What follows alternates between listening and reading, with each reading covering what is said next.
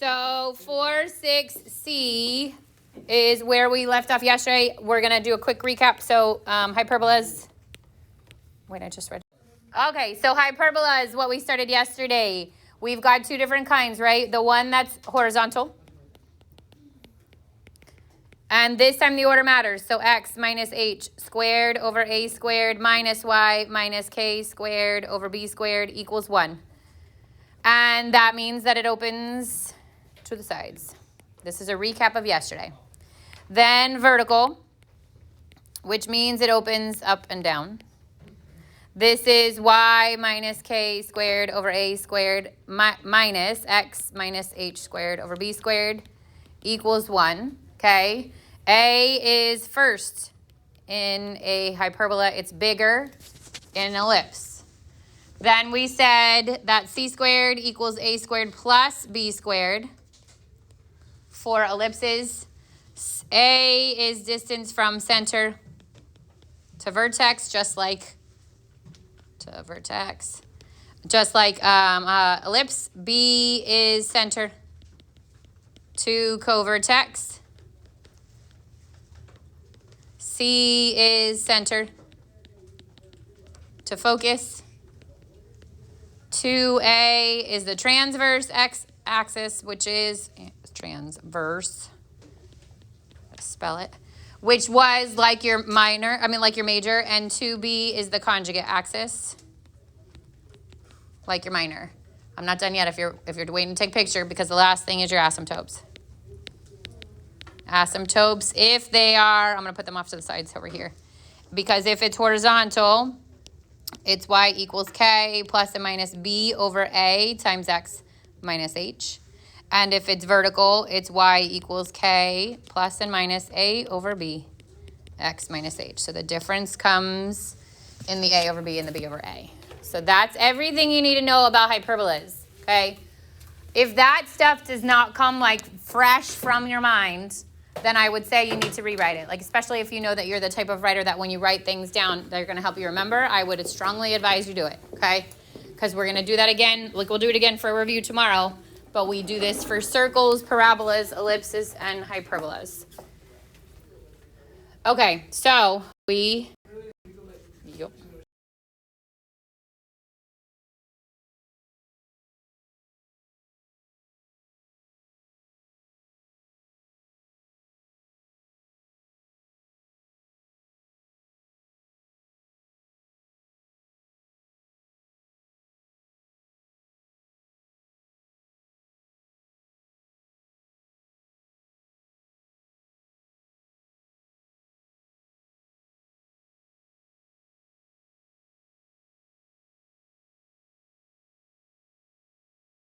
So we left off with example 4. So it says find the standard form of the equation of the hyperbola having the vertices 3, -5, and 3, 1, and having asymptotes y equals 2x minus 5 and y equals negative 2x plus 4. So first of all, your vertices are at 3, -5, 1, 2, 3, 1, 2, 3, 4, 5, and 3, 1. So what do you already know based on just that information alone?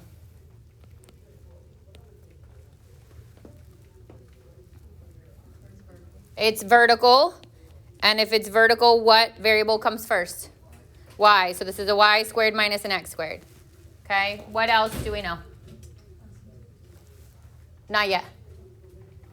From the first part, from just having the vertices. So the y, this gets the a squared, this gets the b squared, yeah? What else? Good. Center's the midpoint between these, right? So if I space it out, right, I can count it out. If not, I can find the midpoint of my points. So 3 plus 3 divided by 2 and -5 plus 1 divided by 2 is 6 over 2, -4 over 2, or 3, -2. So if I didn't draw it accurately, okay, or I didn't even draw it to begin with, that is one way to find your center. All right, so now I can build all my numerators. The y gets the k, so y minus a -2 squared minus the x gets the h equals 1.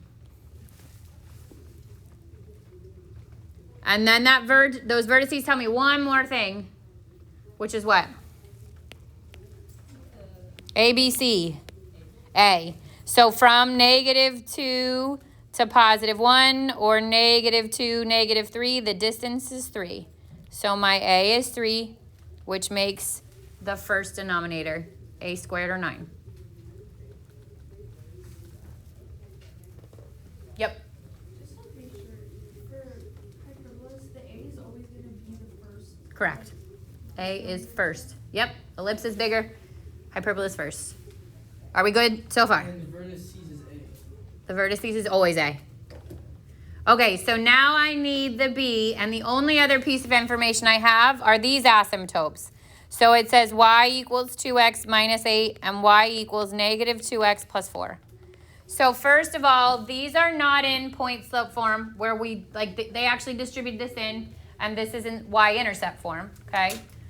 But really all we need from these is, if you think about what our, this would be A over B. If you think about this, the equation for my asymptotes, the A over B is my slope, right? If I had distributed that and then combined my like terms, I would just get the M to be your A over B.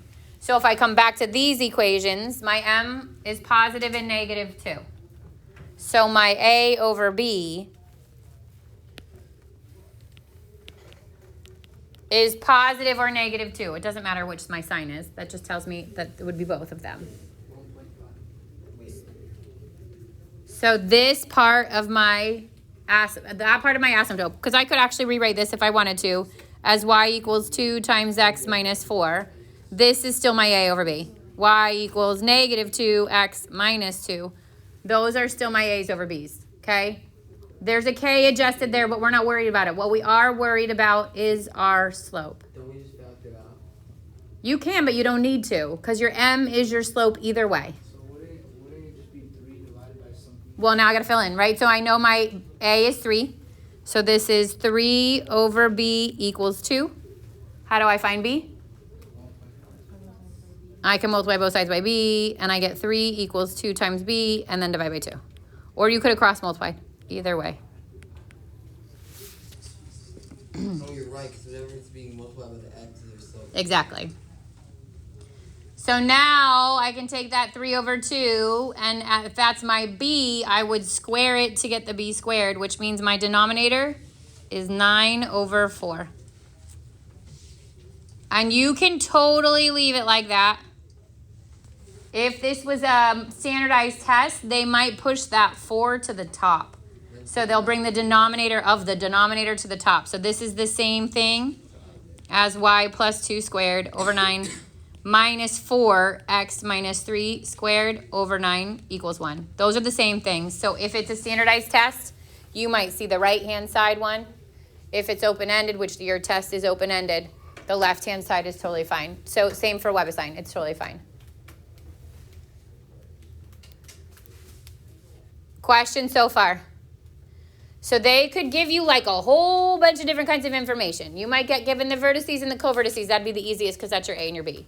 You could get the covertices and the foci. Now that's the B and the C. So you'll get some information. You could also get given your asymptote, so you have to know if it's the A over the B or the B over the A. And you could get given eccentricity. So if they gave you eccentricity, that's your C over A, okay? So C over A, just like your ellipse, is what the eccentricity is. Instead of making it more round or more flat, it makes your branches more wide or more narrow.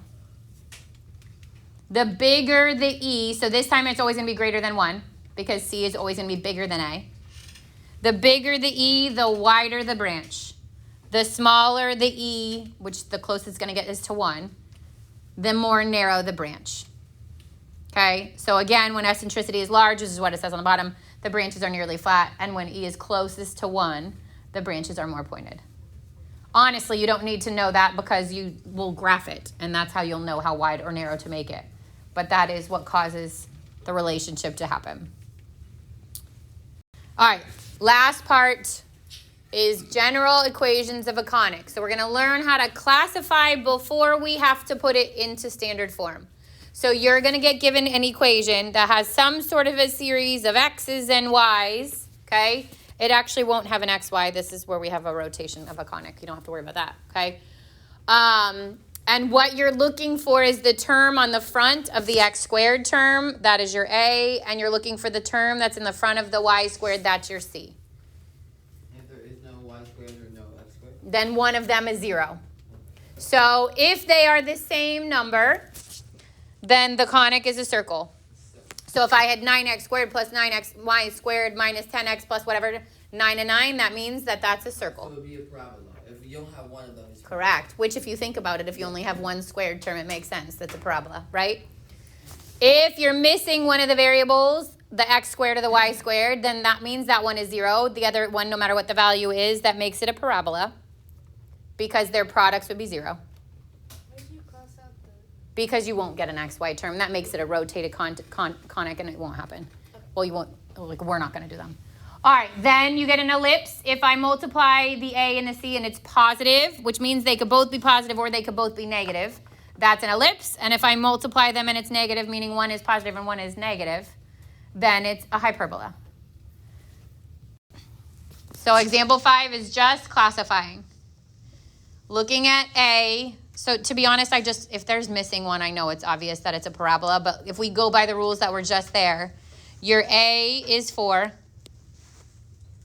There is no C because there's no y squared, so C would be 0, and the product of these two would be 0, which makes it a parabola. I think it's easier to just identify that you're only having one variable squared. There's only one squared variable there, right? Yeah. That makes it a parabola. Even if it was y squared. Even if it's y squared, it's still a parabola. So 1 squared, what if it was y, what if it was 4y squared next? And there was no x squared, then it's a parabola. So one term squared is a parabola. I'm sorry, how did you get C again? You said C is what's in front of the y squared. So there is none. All right, then go to B. Your A is 4. Your C would be -1. So that product is what? It's a -4, which makes this a hyperbola. And why is hyperbola? Because the product is negative. It's also just one positive, one negative, right? If one of them is negative, it's a hyperbola. Go to C. Your A is 2. Your C is 4. What's true about that product? It's positive, so this is an ellipse. And go to the last one. Your A is 2. Your C is 2. What's true about that? They're the same, so it's a circle. So be careful because that product is also positive, but it's not an ellipse. It's a circle because they're the same. Can you go back to the rules? Done with 4-6C, which means you're done with the content that's on your test. In it, I'm going to publish your test review because if you want to get a head start on it and you did 4-6 like C a little bit yesterday, I'm going to publish it. But tomorrow we'll focus more on the overall content. If you're going on Antioch, so I don't see you the rest of the week, I would say it would be a good thing to review a little bit now and then come back to it on Sunday. Like, enjoy your Jesus high, but return to normal on Sunday. Okay, sleep however long you want to on Saturday, but then maybe on Sunday do the review so that you're not completely behind next week. Okay.